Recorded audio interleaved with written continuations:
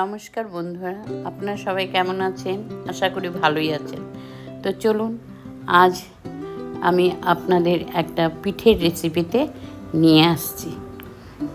আমি এখানে তৈরি করব হচ্ছে পিঠে, চিতই পিঠে। চিতই পিঠে সাধারণত চালের গুঁড়ো দিয়ে করা হয়ে থাকে, কিন্তু আজকে আমি একটু অন্যরকম পদ্ধতিতে জিনিসটা তৈরি করব। আমি এখানে নিয়ে নিয়েছি 1 বাটি পরিমাণ প্রায় 225 গ্রাম আটা, হাফ বাটি নিয়েছি সুজি, আর গুঁড়ো দুধের যে প্যাকেট, ছোট প্যাকেট নিয়েছি 2 প্যাকেট, সামান্য পরিমাণের একটু নুন, আর চিনি দিয়েছি প্রায় মোটামুটি 100 গ্রাম। সমস্ত শুকনো ইনগ্রিডিয়েন্টসগুলোকে আমি আগে একটু মিশিয়ে নিয়ে তারপরে এখানে অল্প অল্প জল দিয়ে আমি ব্যাটারটাকে তৈরি করব। ব্যাটারের ঘনত্বটা খুব বেশি পাতলা হবে না, আবার খুব ঘনও হবে না, সেরকম একটা কনসিস্টেন্সিতে আমি রাখব। আর এখানে আমি এটা গুলে অন্তত 20 থেকে 25 মিনিট পর্যন্ত ঢেকে রাখবো। যদি আপনাদের হাতে আরও কিছুটা সময় বেশি থাকে, প্রায় ঘন্টাখানিক রাখলে আরও বেশি ভালো হয়, কেন এটা সেট হওয়ার জন্য একটু সময় দিলে ভালো হয়।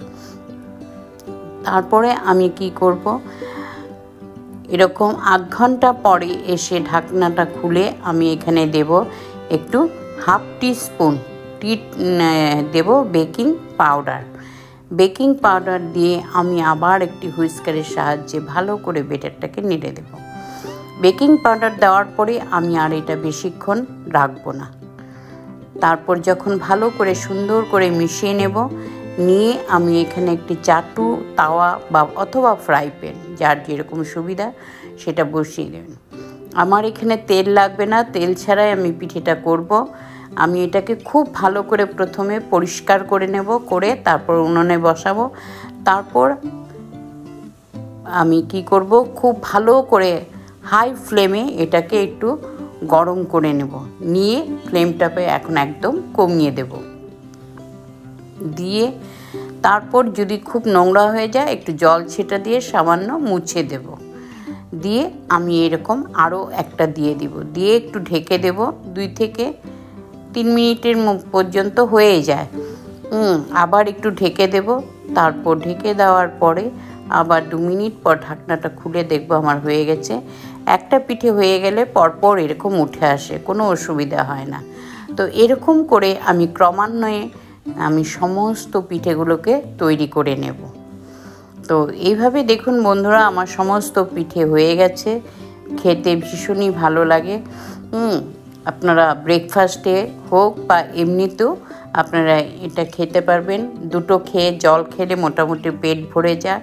আর যেহেতু অয়েল ফ্রি, আর আমি এখানে ময়দা দিয়েছি আমি এখানে আটা, তাই সম্পূর্ণরূপে জিনিসটা স্বাস্থ্যসম্মত, হজমের জন্য কোনো অসুবিধে নেই। তো এরকমভাবে আপনারা এটা দেখে করে নিতে পারবেন। তো ভালো লাগলে অবশ্যই একটা লাইক করবেন, প্রচুর শেয়ার করবেন, সঙ্গে থাকবেন।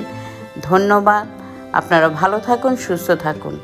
দেখা হচ্ছে খুব শিগগিরই পরবর্তী রেসিপির সঙ্গে। ধন্যবাদ।